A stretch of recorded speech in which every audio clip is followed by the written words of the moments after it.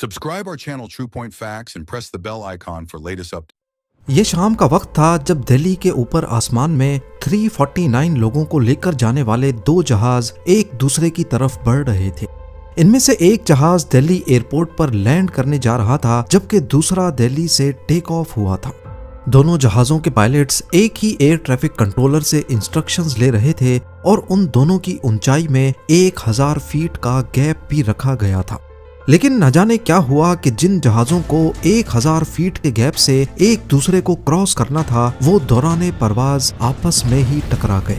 कहाँ हुई गलती और कौन था जिम्मेदार? जब दोनों पायलट्स एयर ट्रैफिक कंट्रोलर से इंस्ट्रक्शंस भी ले रहे थे और उनके बीच मुनासिब गैप भी मौजूद था, तो आखिर वो इतनी वसी एयर स्पेस में टकराए तो टकराए कैसे? ये दर्दनाक कहानी है एक ऐसे हादसे की जिसे दुनिया आज वर्स्ट मिड एयर कोलिजन के नाम से जानती है। नाज़रीन, क्या आपको मालूम है कि हर गुजरते मिनट आसमान में 15,000 से 25,000 जहाज होते ही होते हैं। फ्लाइट रेडार के मुताबिक अगर टोटल फ्लाइट्स की बात की जाए तो रोजाना दुनिया में 1 लाख से भी ज्यादा फ्लाइट्स लैंड करती हैं। तो यहाँ सवाल पैदा होता है कि अगर हर वक्त आसमान में इतने ज्यादा जहाज होते हैं तो वो आपस में टकराते क्यों नहीं हैं? इसका जवाब है एयर ट्रैफिक कंट्रोलर और आसमान में बने एयरवेज। जिस तरह जमीन पर हाईवे होते हैं, उसी तरह आसमान पर भी इमेजिनरी एयरवेज होते हैं और एयर ट्रैफिक कंट्रोलर्स जहाजों को उन एयरवेज पर ही, जिनके अलग अलग रूल्स होते हैं, मैनेज करते हैं। मिसाल के तौर पर UM688 नामी एयरवे यूरोप को एशिया से कनेक्ट करता है। इस एयरवे पर जो फ्लाइट ईस्ट बाउंड है, यानी जो यूरोप से दुबई और फिर इंडिया और चाइना जाती हैं, उनके एल्टीट्यूड को ऑड नंबर पर रखा जाता है। 35,000 फीट, 37,000 और 39,000 फीट। इसी एयरवे पर जो ट्रैफिक वेस्ट बाउंड होता है, यानी जो वापस यूरोप जा रहा होता है, उसे इवन नंबर के एल्टीट्यूड पे रखा जाता है। 34,000, 36,000 और 38,000 फीट। एल्टीट्यूड या ऊंचाई की ये इंस्ट्रक्शंस पायलट को उसी रीजन में मौजूद एयर ट्रैफिक कंट्रोलर या फिर ATC की तरफ से दी जाती हैं। इस तरह हजारों जहाज हर वक्त इन एयरवेज के फ्लाइट लेवल्स का इस्तेमाल करते हुए 1000 या 2000 फीट के फर्क से एक दूसरे को आसमान में सेफली क्रॉस करते रहते हैं, और ये एक बहुत नॉर्मल बात है। पर 12 नवंबर 1996 की शाम इंडिया के शहर दिल्ली के ऊपर ऐसा क्या हुआ कि 2 पैसेंजर से भरे जहाज एक दूसरे में जा लगे। इनमें से एक जहाज कजाकिस्तान एयरलाइन का इल्यूजन 76 था, जो शिमकिट इंटरनेशनल एयरपोर्ट कजाकिस्तान से इंडियन टाइम दोपहर 3:55 पे टेक ऑफ हुआ। 3.5 घंटे की मुसाफत के बाद इसे दिल्ली इंटरनेशनल एयरपोर्ट पर लैंड करना था। ये एक चार्टर्ड फ्लाइट थी जिसमें 27 पैसेंजर्स और 10 क्रू मेंबर्स थे। ये लोग मर्चेंट्स थे जो ट्रेडिंग की नीयत से इंडिया जा रहे थे। दूसरी तरफ सऊदी एयरलाइंस का एक बोइंग 747 ठीक उसी वक्त दिल्ली एयरपोर्ट पर लैंड हुआ। उसे दोबारा पैसेंजर्स लोड करके शाम 6 बजे वापस जेद्दा के लिए रवाना होना था। इसमें ज्यादातर इंडियन लेबर सवार हुए जो इस अरब कंट्री में काम करते थे। सऊदी प्लेन में टोटल 312 जाने सवार थीं, 289 पैसेंजर्स और 23 क्रू मेंबर्स। देखा जाए तो इन दोनों फ्लाइट्स ने शायद कभी एक दूसरे को नहीं देखा हो। इनकी इब्तिदा भी अलग और इनकी मंजिलें भी अलग। पर इनमें सवार 349 लोगों को क्या मालूम था कि अगले कुछ घंटों में इस वसी एयर स्पेस में वो इंतहाई खौफनाक अंदाज में मिलने वाले हैं। करीब 2.5 घंटे बाद 6:23 पे कजाकिस्तान एयरलाइन की फ्लाइट 1907 लुंका वे पॉइंट पर पहुंच चुकी थी। ये वे पॉइंट करीब वैसे ही काम करते हैं जैसे रोड्स पर एक चौक या राउंड अबाउट काम करता है।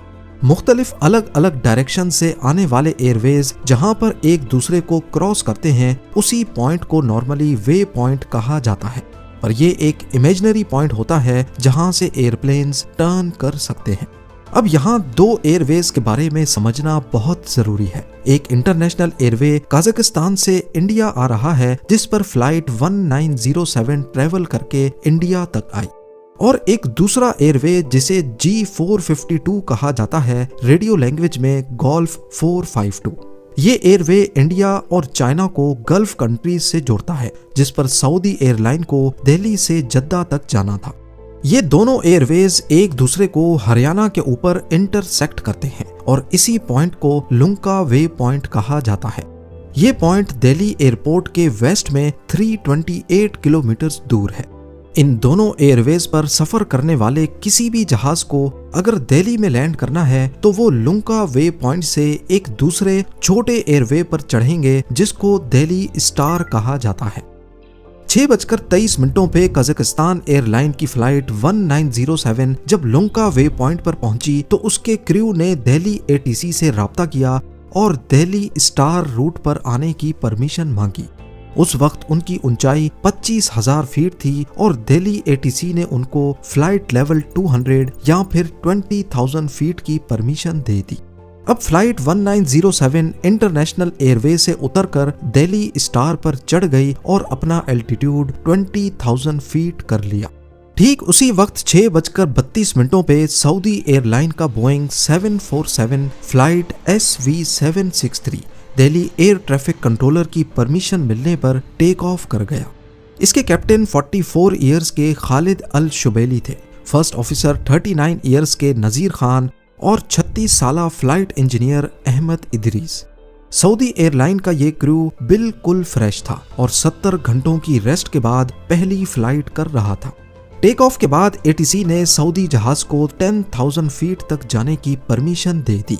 वहां कजाकिस्तान एयरलाइन की फ्लाइट 1907 एयरपोर्ट से 137 किलोमीटर दूर थी।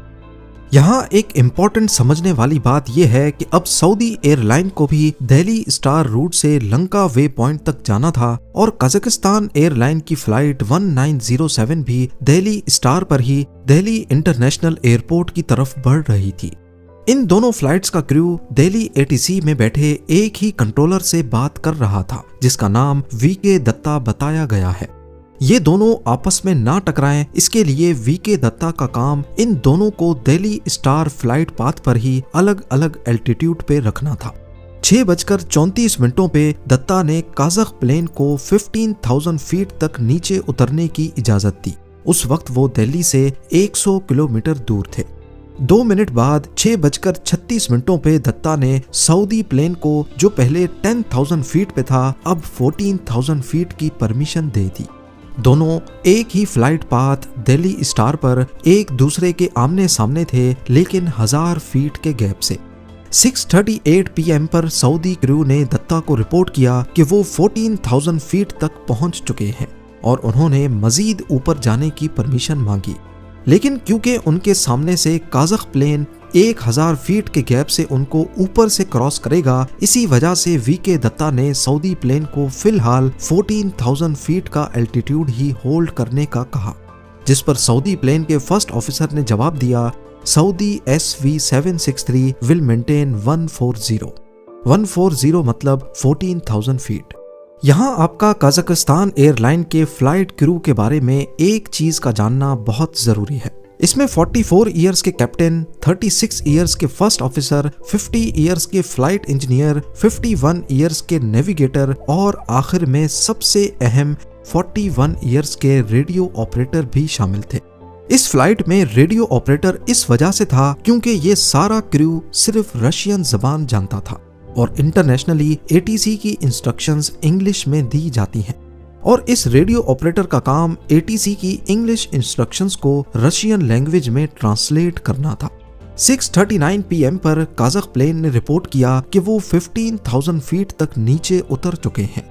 उस वक्त वीके दत्ता ने उनको ये अल्फाज बोले, identified traffic 12 o'clock reciprocal Saudi Boeing 747 at 10 miles likely to cross in another 5 miles report if in site. इसका सीधा साधा मतलब था कि आपके 12 o'clock यानी आपके बिल्कुल सामने सऊदी एयरलाइन का एक बोइंग 747 उल्टी दिशा में आ रहा है। वो आपसे 10 नॉटिकल माइल्स तकरीबन 18.5 किलोमीटर दूर है। अंदाजन वो अगले 5 नॉटिकल माइल्स में आपके रास्ते को क्रॉस कर जाएगा। अगर आप उस जहाज को अपनी आंखों से देखें तो हमें खबर करें। पर काजक एयरलाइन के रेडियो ऑपरेटर को ये मैसेज सही से समझ नहीं आया तो उसने क्लैरिफिकेशन मांगी, जिस पर दत्ता ने जवाब दिया traffic is at 8 miles level 140, यानी 8 नॉटिकल माइल्स दूर जहाज है जिसका एल्टीट्यूड 14,000 फीट है। इस पर काज़क प्लेन के रेडियो ऑपरेटर ने कहा, acknowledge the update, now looking 1907, यानी उसने इस बात को नोट कर लिया। इस मैसेज को आए अभी आधा मिनट भी नहीं गुजरा था कि एटीसी पर एक और मैसेज आता है। यूएस एयरफोर्स की एक कार्गो फ्लाइट भी वहीं आसपास थी। उसने दिल्ली एटीसी को बताया कि उन्होंने अपने सामने एक बहुत बड़ा धमाका देखा है। दत्ता ने फौरन सऊदी और काज़क फ्लाइट से राब्ता करने की कोशिश की, लेकिन आगे से कोई जवाब नहीं आया। अफसोसनाक तौर पर दोनों जहाज आपस में टकरा चुके थे। काज़क फ्लाइट का लेफ्ट विंग सऊदी फ्लाइट के लेफ्ट विंग से टकराया और दोनों के विंग्स बीच में से कट गए।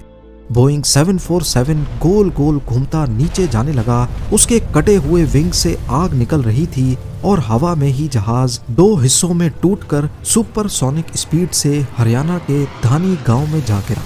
कजाकिस्तान एयरलाइन का इल्यूजन आधे विंग और आधे वर्टिकल स्टेबलाइजर के साथ फ्लैट स्पिन में चला गया और हरियाणा में बिरोहर गांव में जा गिरा। इस खौफनाक और दिल दहला देने वाले हादसे में दोनों जहाजों में बैठे 349 लोगों में से एक भी नहीं बच सका। इस हादसे की खबर ने पूरी दुनिया को जैसे एक सोग में धकेल दिया। लोकल और इंटरनेशनल मीडिया पर हेडलाइंस चलने लगी और सबकी जबान पर सिर्फ एक ही सवाल था कि जब दोनों के एल्टीट्यूड में 1000 फीट का गैप था तो आखिर ये टकराए ही कैसे।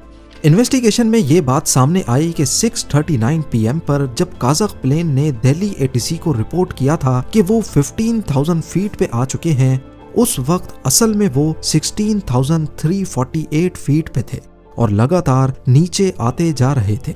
15,000 फीट वाला मैसेज रेडियो ऑपरेटर ने गलत समझाया या कैप्टन ने सही से नहीं समझा, पर जिस वक्त उनको 15,000 फीट पे आकर अपना एल्टीट्यूड होल्ड करना था, उस वक्त कैप्टन ने जहाज को 14,000 फीट तक डिसेंड कर दिया, यानी सऊदी प्लेन के ही लेवल पर। अब यह भी हो सकता है कि काज़क प्लेन के पायलट ने 15,000 फीट वाली इंस्ट्रक्शन तो सुनी, लेकिन उसको वहां होल्ड करना था, शायद वो बात उसको समझ नहीं आई। और दूसरा, रेडियो ऑपरेटर को इंग्लिश मैसेज रशियन जुबान में ट्रांसलेट करने में भी कुछ टाइम लग रहा था। जब दत्ता ने क्लियरली उनको बताया कि आपके सामने सऊदी एयरलाइन का जहाज है, तो ये मैसेज रेडियो ऑपरेटर को पहली बार में समझ नहीं आया। दूसरी मर्तबा उसे समझ तो आ गया, लेकिन जब तक वो मैसेज पायलट तक कन्वे होता और वो जरूरी एडजस्टमेंट्स करते, तब तक काफी देर हो चुकी थी। इन्वेस्टिगेशन में कुछ गलती एटीसी की भी सामने आई, क्योंकि सेम फ्लाइट पाथ पर जब दो जहाज मुख्तलिफ सिमत में होते हैं तो उनके बीच का गैप 2000 फीट तक रखना होता है, जबकि दत्ता ने उनके बीच ऑफिशियली 1000 फीट का गैप रखा था। और जिस दौर में यह हादसा हुआ था, उस वक्त दिल्ली एटीसी के रडार पर जहाज का डिस्टेंस तो शो होता था, लेकिन उनके एल्टीट्यूड का पता लगाने का कोई सिस्टम इंस्टॉल नहीं था। यह हादसा एविएशन इंडस्ट्री में कई सारे नए रूल्स बनाने का बायस बना, जिनमें से एक है टीकैस का लाजमी इस्तेमाल। टीकैस यानी ट्रैफिक कोलिजन अवॉइडेंस सिस्टम एक ऐसा सिस्टम है जो ऑटोमेटिकली जहाज को कोलिजन से बचाता है। इस हादसे के बाद तमाम बड़े कमर्शियल जहाजों में टीकैस का होना लाजमी करार दिया गया।